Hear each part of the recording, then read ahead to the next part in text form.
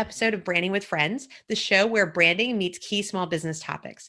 Here you're going to learn tips straight from the experts on everything from PR, publicity, social media to marketing. We're going to focus on what you can do right now to use these topics and the power of branding to attract your ideal clients. I'm your host, branding expert Annie Franceschi of Greatest Story Creative. I help small business owners tell their story and show their value through branding. I'm also a former Disney storyteller, professional speaker, and the author of the best-selling book, Permission to Try. And today I'm going to introduce you to one of my friends in the business world. If you have been thinking about writing a book or you're writing one, but you have no idea how you're going to market it, you are going to love today's episode. My guest today here with us is the amazing Diana Needham of Business Book Partners. Diana M. Needham is the founder of Business Book Partners in Chapel Hill, North Carolina. Founded in 2008, Business Book Partners provides book marketing, strategy, and self-publishing for successful entrepreneurs, small business owners, and speakers. Having helped more than 60 author entrepreneurs become Amazon best-selling authors, Diana is your guide to create, launch, and leverage the best book to grow your business and authority. Diana, welcome to Branding with Friends. Oh, thank you so much for having me on, Annie. Oh, I'm so glad you're here. We go way back and we've learned a lot because Diana did definitely help me get my head around Permission to Try at the very beginning and help consult with me on my marketing plan. So I'm so glad to have you on to talk about your wheelhouse of book marketing and self-publishing. I know you're going to be sharing your top 3 tips for author entrepreneurs, business owners who are writing books on how they can go about writing, marketing, and publishing their book. But as you guys know, if you've been watching Branding with Friends, we're going to share those first 2 tips, but stay till the very end to make sure you get that 3rd tip today. So with that being said, Diana, as we're gearing up for you to share your first really true nugget of advice on this front, tell me a little bit about your passion for marketing and self-publishing books. How did you get into this world in the first place? Well, you know, it's like just probably like everybody else that's listening and watching. It's been, quite a journey. I have been working with small business owners on the marketing side for a long time, and once the first author showed up, who happened to be somebody whose book had been out for a year, and she said, "I'm really disappointed because this book didn't yield what I had hoped. Can you help me?" And through that whole process, I found out that I love authors. I love people that have a big message. They want to get it out in the world and they want to make a difference. And so once that first author showed up, I love them. Like, that is my sole business right now. I only work with authors that have a big message. It's a nonfiction book. They want to get it out. They want to help more people, and they want to leverage the book to grow their business. So they realize that the book is really a key marketing strategy. Right. And you and I worked together last year to take your business, which was named after you, Diana M. Needham, and sort of give you that message, right, to help you play to that passion. So now the practice is called Business Book Partners. You have a fresh new brand and a tagline, grow your business with a book. So bringing that to life, branding coming into our world. But you are the expert in this space and you've helped, I know over 60. Is that the right number? What's the current number of Well, the current number is 65 because we did 2 this week. 2 this week. All right. And by the time you're watching this, it might be 70. It might even be 75. But Diana knows how to get this done. So if you're curious about Amazon bestsellers, she's going to be a great contact. And we'll probably talk about a little bit about that world today. But with this being your key expertise, Diana, what is the first thing that small business owners who are writing a book or working on their book right now, what do they need to know? Well, where I always start is figuring out the strategy, and because I am a strategist at heart. So what does that mean, figuring out a strategy? Well, the first question I ask people is, why are you writing this book? Yes. Because it's not a head answer. It's a hard answer. I know, Annie, for you, there was a hard answer behind Permission to Try. Right. And sometimes people give me a head answer, like, well, there's not very much information out about this, or what is out there is confusing, or people are, okay, that's all head answer. Yeah. What I really dig for is what's in here. Why are you writing this book? Why is this message so important to you? Because that powerful why is not only what's going to carry you through this whole process and get you to the finish line, it also is your powerful story, something that you want to share, with your audience. So I always start with the why. Then we need to know the who. Like, who are we writing this book for? Right. Very specifically. Right. It's not a mass of faces. It's, I always tell my clients to think about one person. See that one person. Tape their picture to your monitor if you need to. But you're writing to one person who has the problem that you're solving. And that just makes this so much easier when you think about writing just to one person. So who is it? And then what's that big challenge that the book actually solves? Because nonfiction books solve problems, and that's why people buy them. So what is the biggest challenge? Another key component here, strategy, is what do I want to be known for? Right. Like at the end of the day, this book will live on. It is part of the legacy that you're going to leave. So what do you want to be known for? And then the biggest part, and this is a place where a lot of people struggle, is I asked them to think about, okay, imagine the book is done. You have it in your hand. It is a tangible thing. What is the result that you want? Right. What is happening for you, the author, and what is happening in your business? This is a place that some folks struggle a lot with because they haven't really thought about what is the end goal, right? What do I want to have happen? So in a lot of cases, I'm coaching and working with people to get that answer. So for most of the people that I work with, they're writing this for their business. That means one of their primary goals is to attract clients. Right. Another goal might be, I want to be on a podcast guest. I want to be a sought after podcast guest. I want to be a motivational speaker. I want to get on bigger stages. I want, whatever it is that they want. Yep. When we know that, and this is the way I work, then I work backwards from that to say, okay, if that's our goal, while we're in the writing and the publishing and the launching process, we need to be doing all of the right things. Yeah. From a marketing perspective to know that we're going to get that result. Absolutely. And one of the biggest mistakes I see is that people start writing. Yeah. Because we do have this big message. But if we don't have a strategy and we don't know who it is and the result that we want, then we're sort of writing in the wind. Right. And hoping that somehow the heavens open at the end. And it's just not how it works.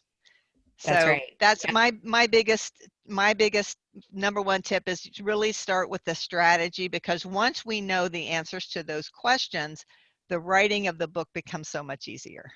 It does. And I'm glad that you shared that. And it's funny that you shared that because this is part of a sort of a mini series within Branding with Friends, where we've just had Jody Brandon of Jody Brandon Editorial on, as you know, and I know you know Jody as well. Yeah. She was my editor on the book, and she comes to this from a place of editing. You come to it from a place of the overall strategy, the publishing of it all, the marketing, taking it into that, those next phases, right? But Jody's whole episode really dives into what Diana just shared with you guys, which is the strategy. Identifying your goals and your audience and your topic. There's so much rich in that episode, and I share examples from Permission to Try. So we're going to make sure that's linked here as well. But what's great about having Diana here today is she's not only here to confirm that, but she's here to kind of turn it on its head and say why it matters more, and to get into more of the detail of, so after you set the strategy, what do you do next?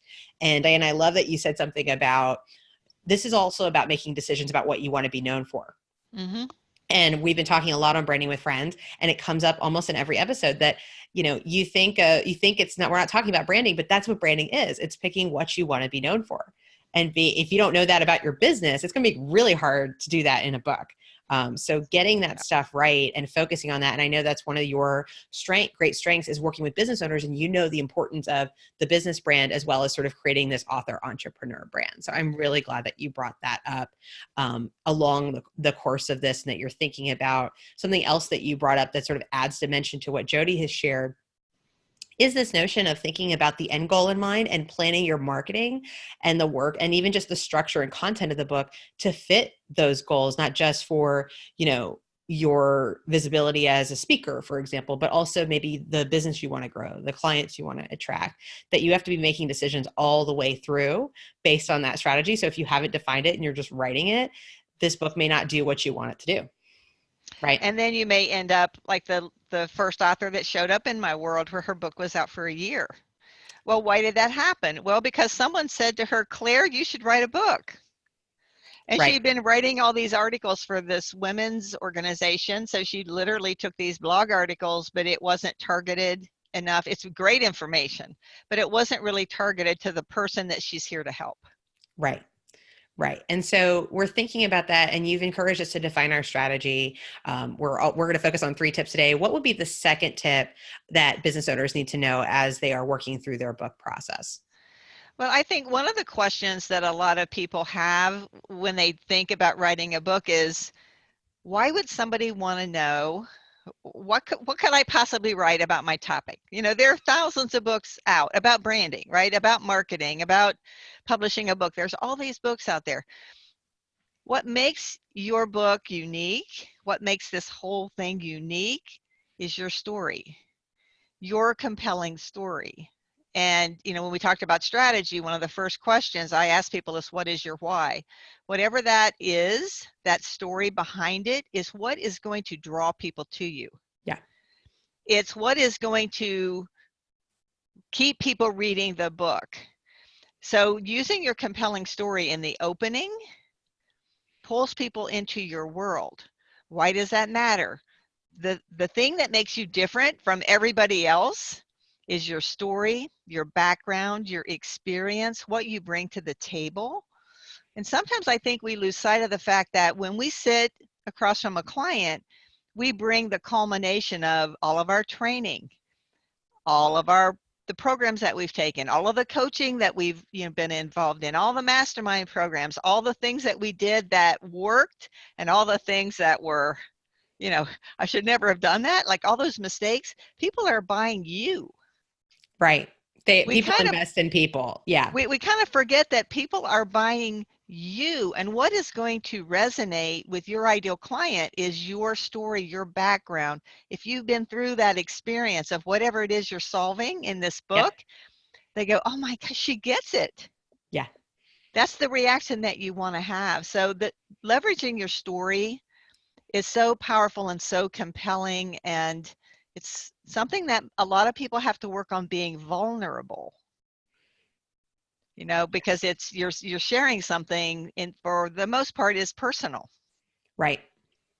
Even if it's a business book, the vulnerability is part of what attracts people to you. It's part of what makes a book resonate, right? Yep. Yeah, absolutely. And sometimes I have to work with clients to like pull out what is that.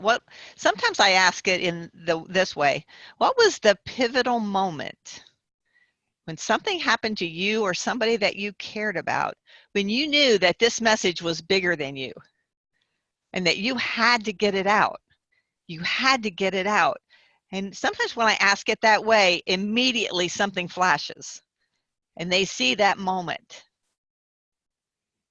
And maybe they've never connected the dots before. Right. Right. It's a lot of So what soul searching. Yeah, absolutely.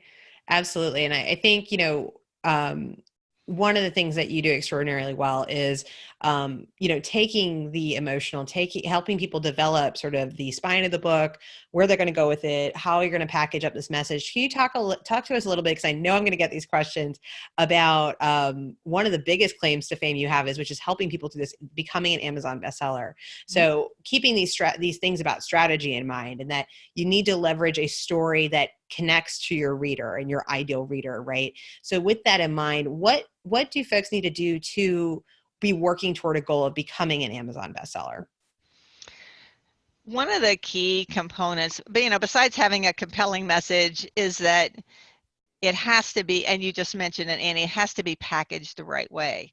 So what does that mean? It means your book cover has to draw in your reader. It has to be eye-catching.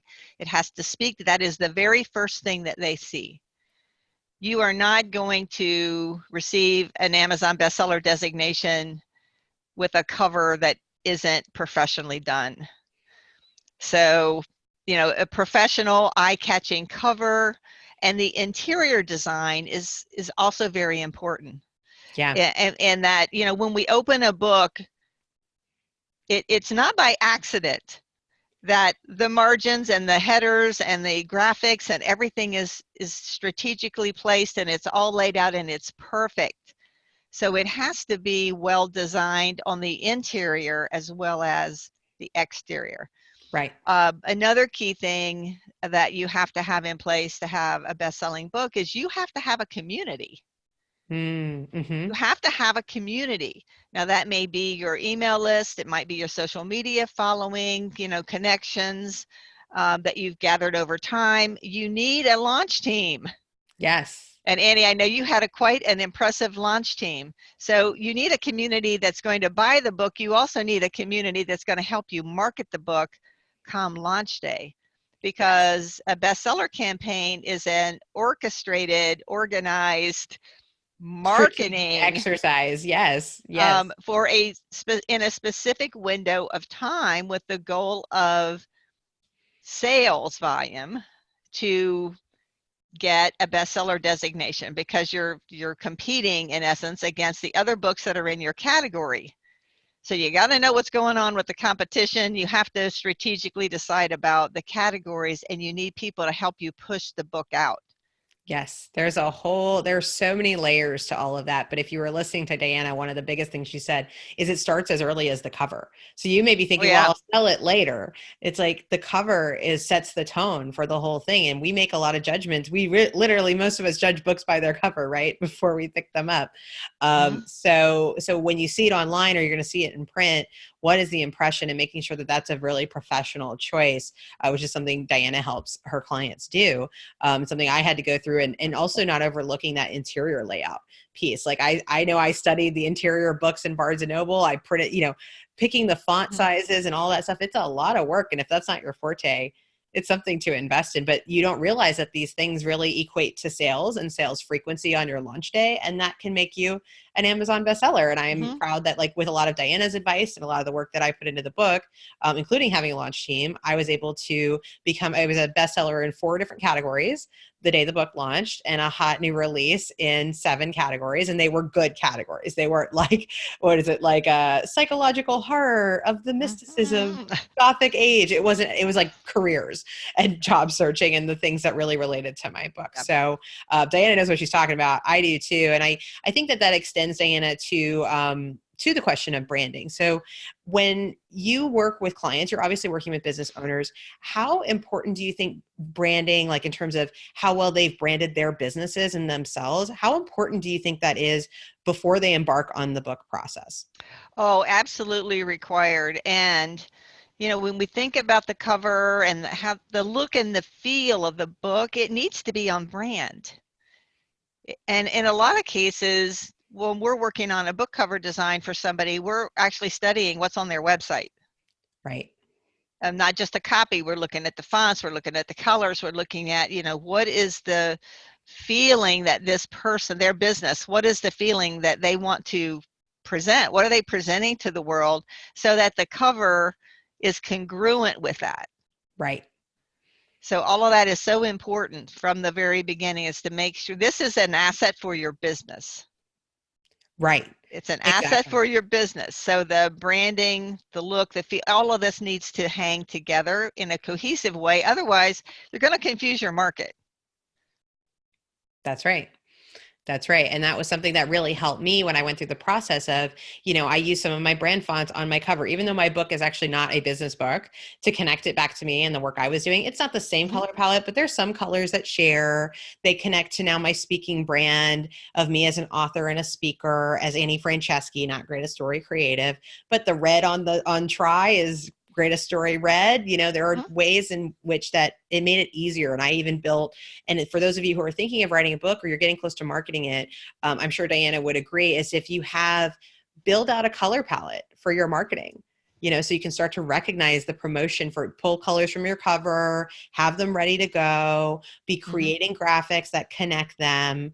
Right. And before I forget, you also mentioned the idea of the launch team, and having community. The community doesn't need to be enormous. It just has to be passionate. So I know many of you who are watching this may not have a very large community. I certainly don't have 10,000 people in my community either. It's fine. But I had a fairly small community and still had 65 people on my launch team. And the simple version of how I did that was I put together a little sales page on my website. I told them that I would be giving them the book for free, and all I would need them to do is some simple things once a week for 4 weeks. And all they had to commit to doing was read and review the book, give an honest review, not a, positive review by any means, but everybody committed to it. Everybody, for the most part, did what they said they were going to do. And that's how I have 45 almost five, there's one 4-star review in there. You can't win them all, but I have 44 5-star reviews, and they're all fantastic. And all the impressions I wanted, a successful launch, all of that, because I was willing to ask and I allowed people to apply to be on the launch team.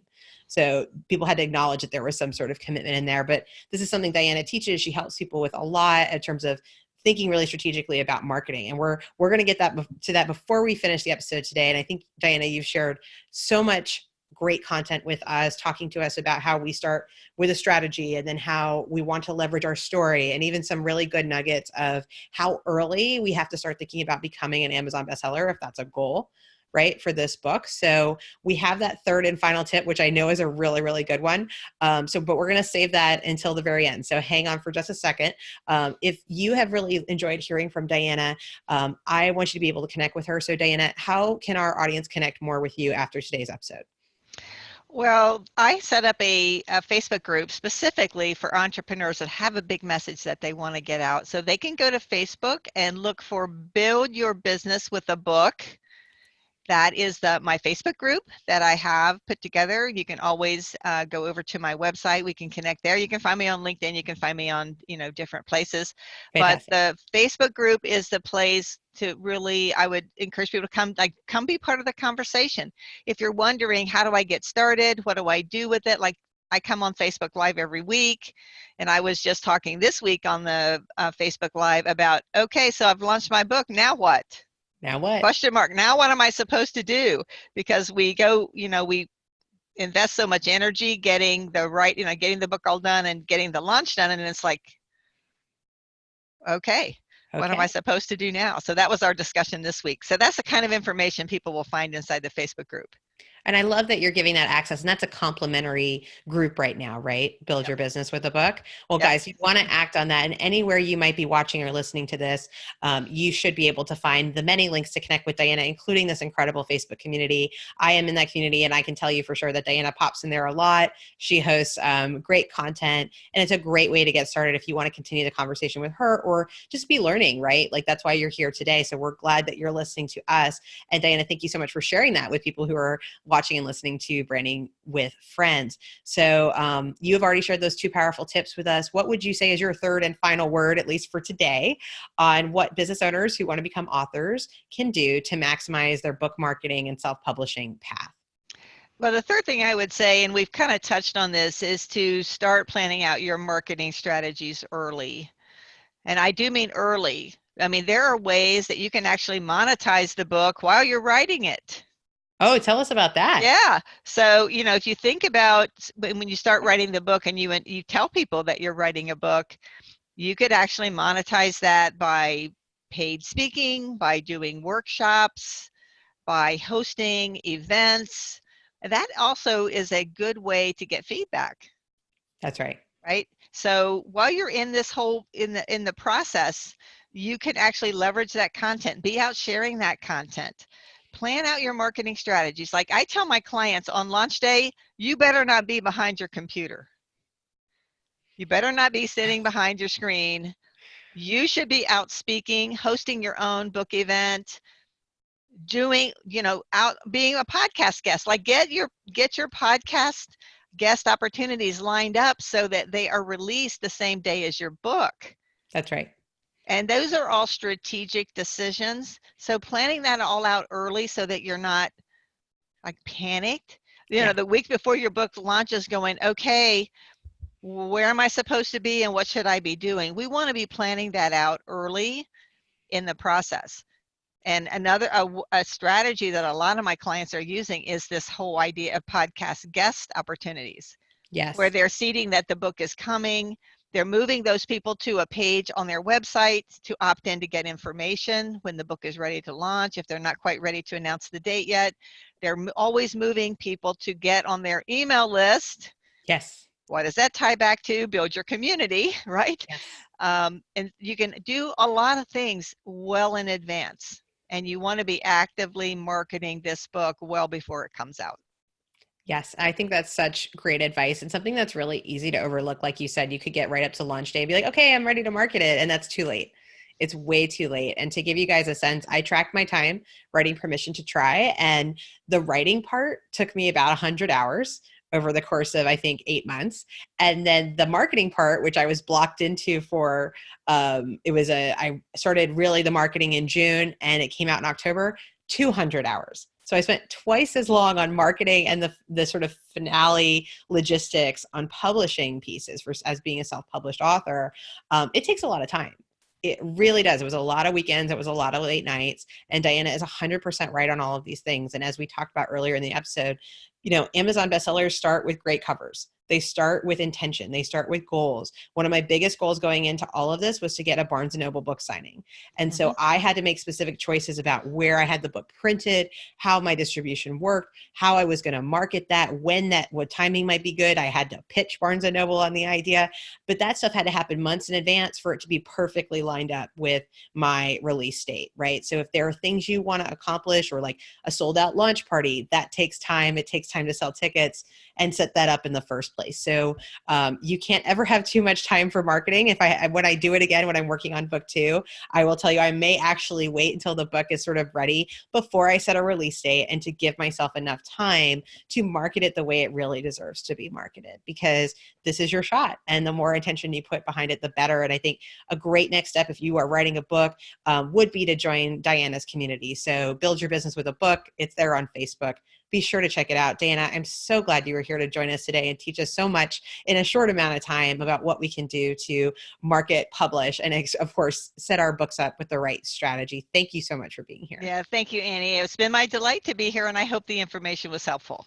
Fantastic. Well, guys, thanks for being here as well. We hope you enjoyed yet another episode of Branding with Friends. So many thanks to my special guest, Diana M. Needham of Business Book Partners. I hope you'll tune in next time when we'll tackle another topic where branding meets business.